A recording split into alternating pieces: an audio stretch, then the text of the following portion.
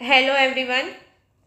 તો આજે આપણે એજ્યુકેશનલ સ્ટડીઝની અંદર જે એજ્યુકેશન વર્ડ છે એના વિશે માહિતી મેળવશું. આ તમારા યુજીસી નેટ માટેનો ખૂબ જ જરૂરી ટૉપિક છે.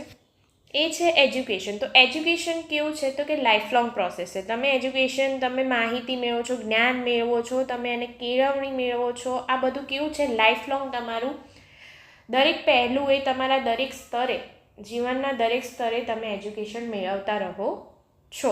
તો એક લાઈફ લોંગ પ્રોસેસ છે. એજ્યુકેશન વર્ડ ડિરાવ થયો છે લેટિન વર્ડ ઉપરથી. એમાં ઘણા બધા વર્ડ્સ છે, જેમ કે એડ્યુકેર. તો એડ્યુકેર જે છે એનો મતલબ થાય છે bring up, rise up, train કરો. હવે તમે એક બગીચો હોય, બગીચામાં જોયું હશે કે એક પ્લાન્ટ જે હોય છે એની અંદર એક ફૂલ, એ ફૂલ છે ને, એઝ અ ચાઇલ્ડ આપણે એને કહીએ તો child has a brought up like a plant in a garden by the educator, right? અને કેવી રીતે થાય છે તો એ પ્લાન્ટની જેમ માળી ઉછેર કરે છે ને, કેવી રીતે કરે છે, એક બીજમાંથી પ્લાન્ટ બને છે તો એનો ઉછેર જેવી રીતે થાય છે. એવું કહેવાય છે કે પ્લાન્ટ ઉપર મ્યુઝિકની અસર થાય છે, ઇવન એ તમારી સંવેદના અનુભવે છે.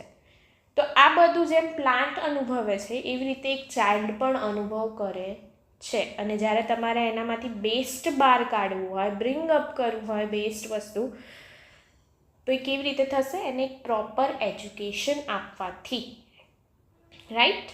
તો પહેલો વર્ડ છે એડ્યુકેર. એડ્યુકેરનો મતલબ થાય છે બ્રિંગ અપ, રાઇઝ અપ અથવા ટ્રેન. બીજું આવે છે બીજું છે એડ્યુકેર. આનો મતલબ થાય છે ડ્રો આઉટ, લીડ આઉટ. મતલબ તમે જે બાળકની અંદર જે એબિલિટીઝ રહેલી છે એને તમે શું કરો છો? બહાર લાવો છો.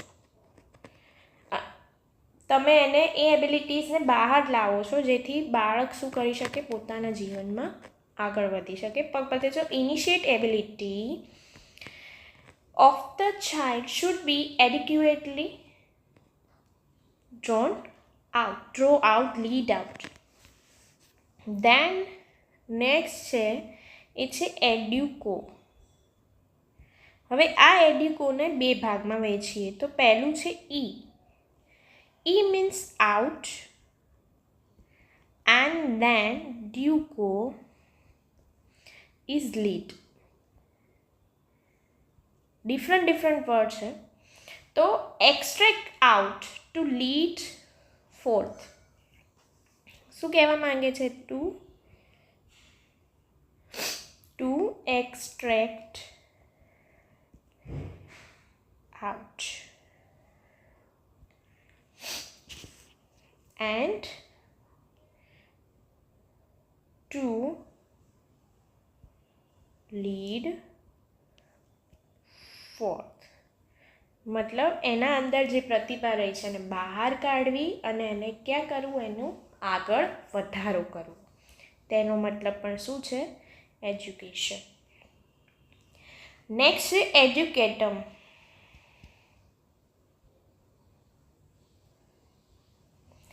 એડ્યુકેટમનો મતલબ થાય છે education is something which is imposed from outside.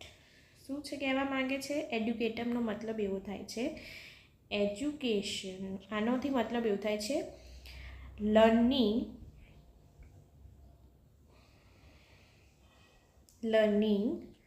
From outside environment.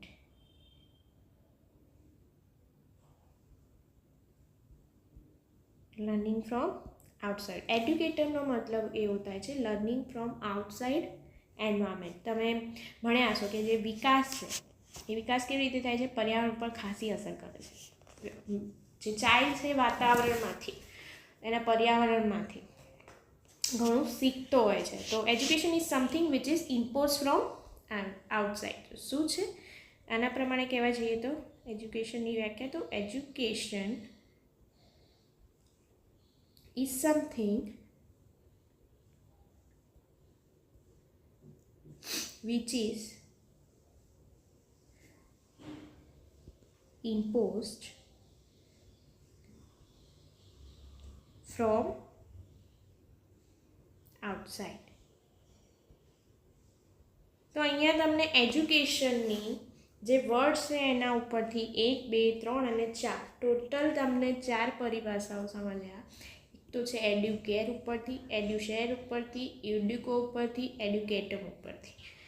હવે એડ્યુકેર છે તો તમે કીધું બ્રિંગ અપ, રાઇઝ અપ અને ટ્રેન.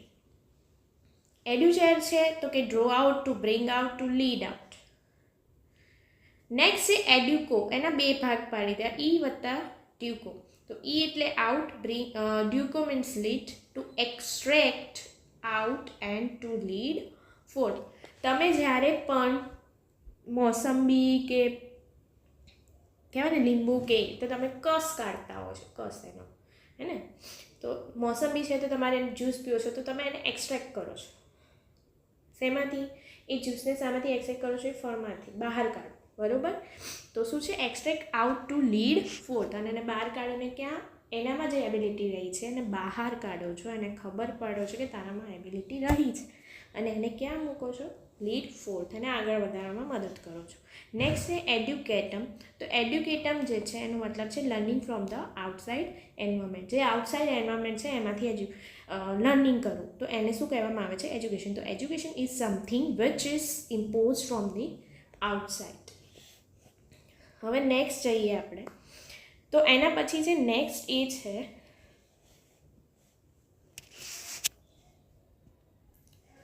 નેક્સ્ટ છે nature of education. Nature of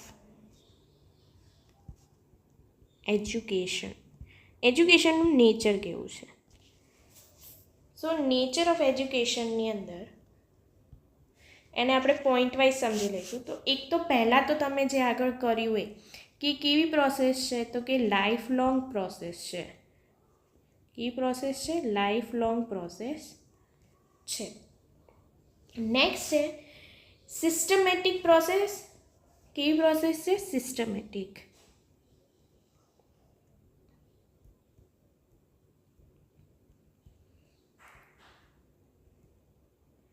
બીજું છે સિસ્ટમેટિક પ્રોસેસ છે.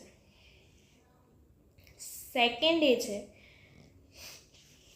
એજ્યુકેશન છે એ શું કરે છે? તો એજ્યુકેશન બ્રિંગ્સ અ રિલેટિવ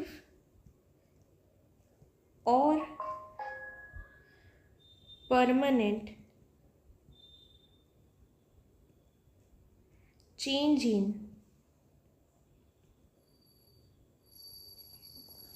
બિહેવિયર. એજ્યુકેશન શું કરે છે? રિલેટિવ અથવા પરમનન્ટ જે ચેન્જ છે બિહેવિયરની અંદર એ લાવે છે. એટલે it act as a catalyst. It's act as a કેટાલિસ્ટની ભૂમિકા પૂરી પાડે છે. કેમિકલ રિએક્શનમાં કેટાલિસ્ટ હોય તો પ્રક્રિયા કેવી બને છે? ઝડપી બને છે. તો એના માટે એજ્યુકેશન શું છે? એક પ્રકારનું કેટાલિસ્ટ છે.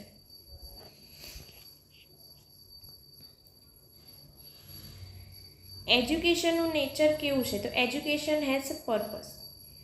એજ્યુકેશન હેઝ અ તમારું એજ્યુકેશન ગેઇન કરવા પાછળનું કારણ શું હોય છે? તો કે એક પર્પઝ રહેલો છે, બરાબર.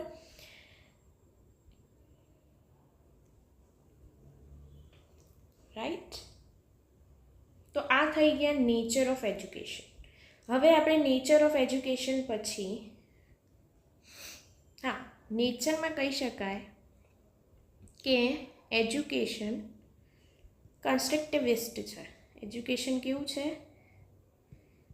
કન્સ્ટ્રક્ટિવિસ્ટ.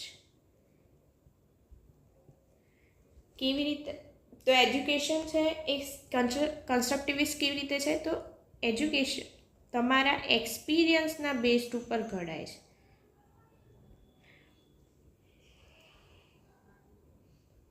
તમે જેમ એજ્યુકેશન મેળવો છો એમાં તમને ઘણી જાતના એક્સપિરિયન્સ છે. એ એક્સપિરિયન્સ પરથી તમને શું કહેવાય છે? તમે લર્નિંગ કરો છો, તમે એજ્યુકેશન કેળવો છો. તો એક એવું છે કન્સ્ટ્રક્ટિવિસ્ટ છે, તમે તમારું જે નોલેજ છે, જે એજ્યુકેશન છે એ કેવું છે? તમે જાતે બિલ્ડઅપ કરી શકો છો, કન્સ્ટ્રક્ટ કરી શકો છો. જે મારું નોલેજ એ બીજાને નોલેજ કરતાં કંઈક ડિફર કરે છે. કેમ? કારણ કે મારો પ્રેક્ટિકલ એક્સપિરિયન્સ બીજાના પ્રેક્ટિકલ એક્સપિરિયન્સ કરતાં કેવો છે? ડિફર કરે છે. એટલા માટે. હવે નેક્સ્ટ લઈએ, it is scope of education.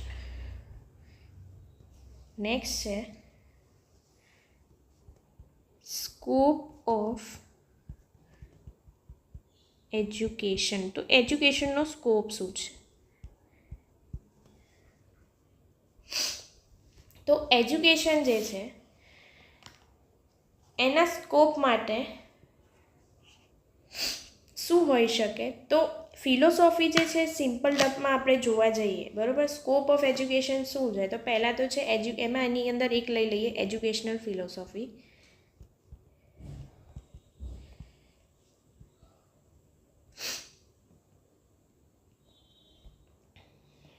Right, એક મિનિટ. એમાં પહેલાં લઈ લઈએ એજ્યુકેશનલ ફિલોસોફી. નેક્સ્ટ લઈ લઈએ, હવે એજ્યુકેશન ફિલોસોફી છે તો હું એને ટૂંકમાં સમજાવી દઉં. તો એજ્યુકેશન ફિલોસોફી છે તો ફિલોસોફીને આપણે શોર્ટમાં લઈ લઈએ ફિલો પ્લસ સોફિયા. ફિલોસનો મતલબ થાય છે લવ અને સોફિયા એટલે વિઝડમ.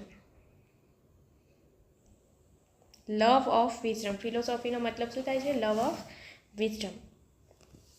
હવે નેક્સ્ટ લઈએ એજ્યુકેશન સાયકોલોજી. સેકન્ડ છે એનો સ્કોપમાં લઈએ છીએ educational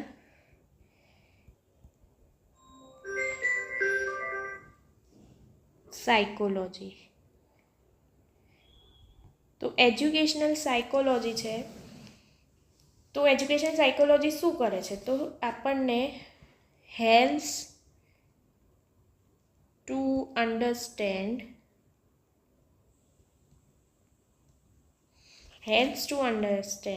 the physical, mental, emotional and social development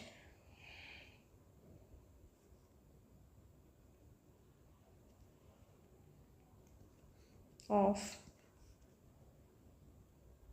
child. શું કરે છે? આપણને અન્ડરસ્ટેન્ડ કરવામાં મદદ કરે છે. એની physical development, mental development, emotional development and social development. એવી જ રીતે એની નીડ્સ જે છે એ પણ સમજવામાં મદદ કરે છે. સો આ બધા એજ્યુકેશનના સ્કોપ છે. નેક્સ્ટ લઈએ તો ફિલોસોફી આવી ગયું, right, love of wisdom, right. Philosophy simple ટર્મમાં સમજવા જઈએ તો એના વ્યૂ, એના principal, Outlook towards world and life, તો એ બધું શેમાં આવશે? ફિલોસોફીની અંદર. સાયકોલોજી જોવા જશો, સાયકોલોજીની વાત કરીએ તો તમને ફિઝિકલ, મેન્ટલ, ઇમોશનલ અને સોશિયલ ડેવલપમેન્ટ જે ચાઇલ્ડનું કેવી રીતે થાય છે, શું થાય છે, એ તમને અન્ડરસ્ટેન્ડ કરવામાં, સમજવામાં મદદ કરે છે. તો એજ્યુકેશન ફિલોસોફી, એજ્યુકેશન સાયકોલોજી. હવે એજ્યુકેશનલ સોશિયોલોજી આવશે. હવે educational sociology.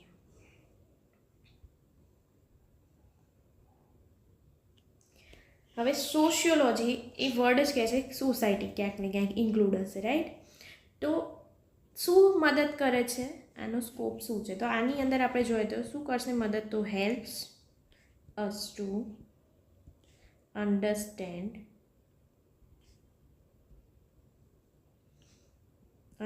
the society and in. હવે તમે સોસાયટીની વાત કરો, બરાબર, અને એને રિલેટેડ ચાઇલ્ડની વાત કરો તો તમને શું કરશે? એક તો સોસાયટીને મદદ કરશે સમજવામાં, અને એક શું છે, એક છે કે એનાથી તમને આના રિલેટેડ તમને ચાઇલ્ડને અન્ડરસ્ટેન્ડ કરવામાં, આના રિલેટેડ તમને સોસાયટી અને એના રિલેટેડ તમને કોને? ચાઇલ્ડને અન્ડરસ્ટેન્ડ કરવામાં મદદ થશે. તો ઇન્ટ્રાડિપેન્ડન્સ ઓફ ચાઇલ્ડ, તમારા ચાઇલ્ડનું આ સોસાયટી પરનું અને સોસાયટીનું ચાઇલ્ડ પરનું ડિપેન્ડન્સ સમજવામાં મદદ કરશે. હવે નેક્સ્ટ આપણે લઈએ એના પછી જે છે એ છે આપણી જે એજ્યુકેશન ફિલોસોફી. તો તમને ખબર પડી ગઈ કે જે શું મદદ કરશે, તો લાઈફ વેલ્યુ, બરાબર, તમે રિયલાઇઝ કરવામાં, તમારા ગોલ રિયલાઇઝ કરવામાં ને એવી રીતે મદદ કરશે, બરાબર. તો આ થઈ ગયું સાયકોલોજી, ફિલોસોફી અને સોશિયોલોજી. હવે આપણે આગળ વધીએ આની અંદર. હવે એમાં જોઈએ તો પહેલાં તો આપણને ખબર હોવી જોઈએ કે એજ્યુકેશનની હિસ્ટ્રી શું છે. તો ઇટ હેલ્પ, હિસ્ટ્રી પરથી શું થશે? હિસ્ટ્રી ઓફ એજ્યુકેશન શું આવશે? 4th નંબર આની અંદર. 3rd નંબર આવ્યો, હવે 4th નંબર શું આવશે? History of education. તો હિસ્ટ્રી ઓફ એજ્યુકેશન જે છે એનાથી શું ખબર પડશે? એક બેટર અન્ડરસ્ટેન્ડિંગ એના ઓરિજિન ઉપર. આનાથી આપણને શું ખબર પડશે? તો એક બેટર અન્ડરસ્ટેન્ડિંગ. તો શું મળશે? Gives, it helps us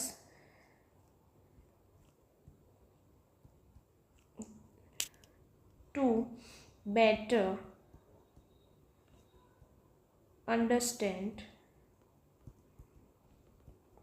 help us to better understand the origin, પછી એનું ડેવલપમેન્ટ, રાઈટ. નેક્સ્ટ છે એનો ગ્રોથ. નેક્સ્ટ આવશે aspect of teaching learning process.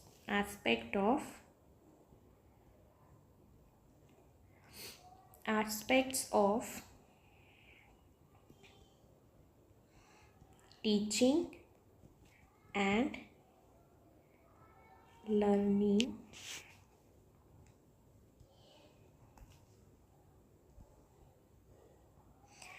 બરાબર. તો હિસ્ટ્રી ઓફ એજ્યુકેશનથી શું જાણવા મળે છે? તો એક તો આપણી ઓરિજિન, ડેવલપમેન્ટ, એનો growth, aspect of teaching learning process જે છે એનો જે ગ્રોથ થયો છે એને આપણે બેટર અન્ડરસ્ટેન્ડ કરી શકીએ છીએ. જો પહેલાં હતું શરૂઆત આપણે જોવા જઈએ તો કેવું એજ્યુકેશન કહી શકાય?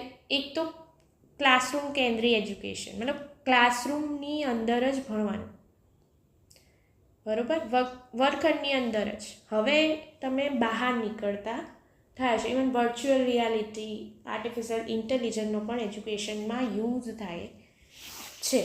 હવે નેક્સ્ટ જે છે 5th નંબરનું છે એ છે મેથડ ઓફ ટીચિંગ. શું છે? મેથડ ઓફ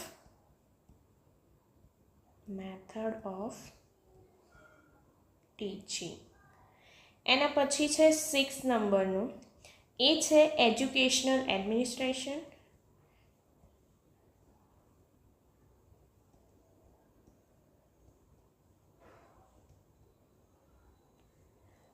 મેનેજમેન્ટ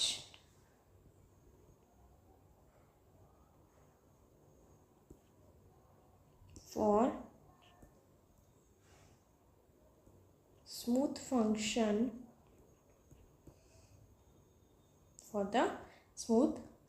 માટે. તમારું મેનેજમેન્ટ સારું હશે તો એક જે પ્રોસેસ છે, એક જે એનું ફંક્શન છે એ પ્રોપર વર્ક કરતું હશે.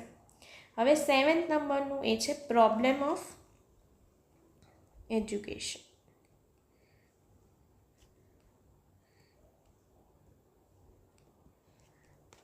રાઈટ.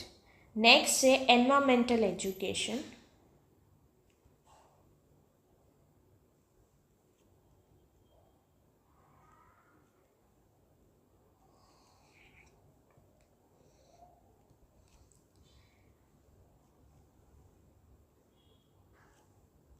નેક્સ્ટ છે પોપ્યુલેશન ઓફ એજ્યુકેશન.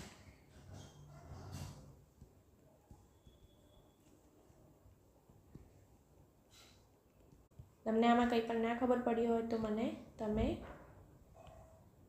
કોમેન્ટ સેક્શનમાં કોમેન્ટ કરી શકો છો.